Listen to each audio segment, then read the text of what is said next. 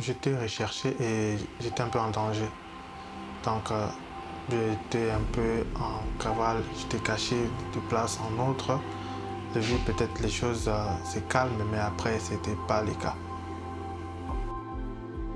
Premièrement, quitter mon pays, c'est pas facile parce que dès que tu veux sortir du pays, ils te demandent tu vas où et tu vas faire quoi. Donc, ils te contrôlent d'abord à l'aéroport, même si tu es un Congolais, étant un autre Congolais qui te parle, ils vont savoir pourquoi tu sors. Donc, ça n'a pas été facile de sortir du pays, ça a été difficile.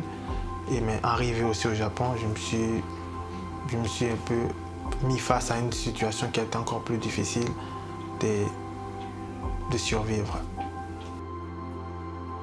La première était la peur. Donc, s'attaquer à une civilisation et à une population que tu ne connais pas, comment ça fonctionne, c'était la première chose qui me faisait peur. En fait, c'est pas facile de faire comprendre à quelqu'un parce qu'il y a différentes sortes de niveaux de compréhension.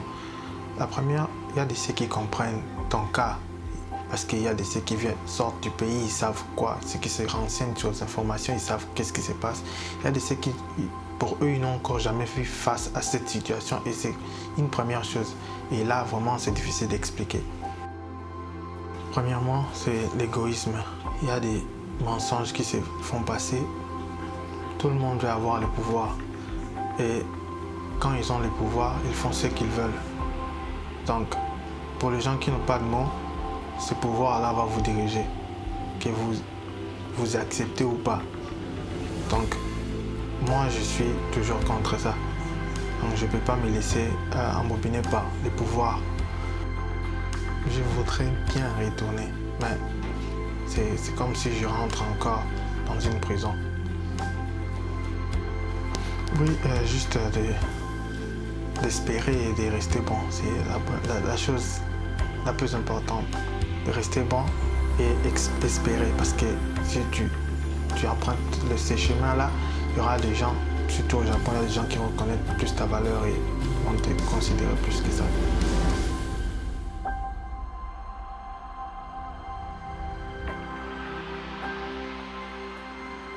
難民支援協会は1999年に設立されて今年で20周年を迎えます。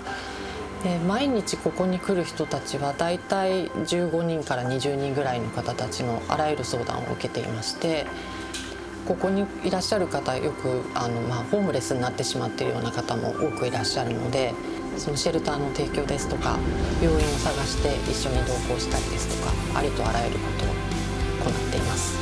出口が見えない中でどこまで私たちが支えていけるのかということを毎日チャレンジしているという状況です。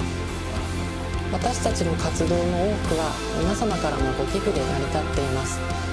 日々難民の方々と接している中で皆様からのご寄付なくしては私たちの活動が続けられないということを実感しています。今後とも私たちがこの活動を続けられるよう皆様にご支援いただけたら嬉しく思っています。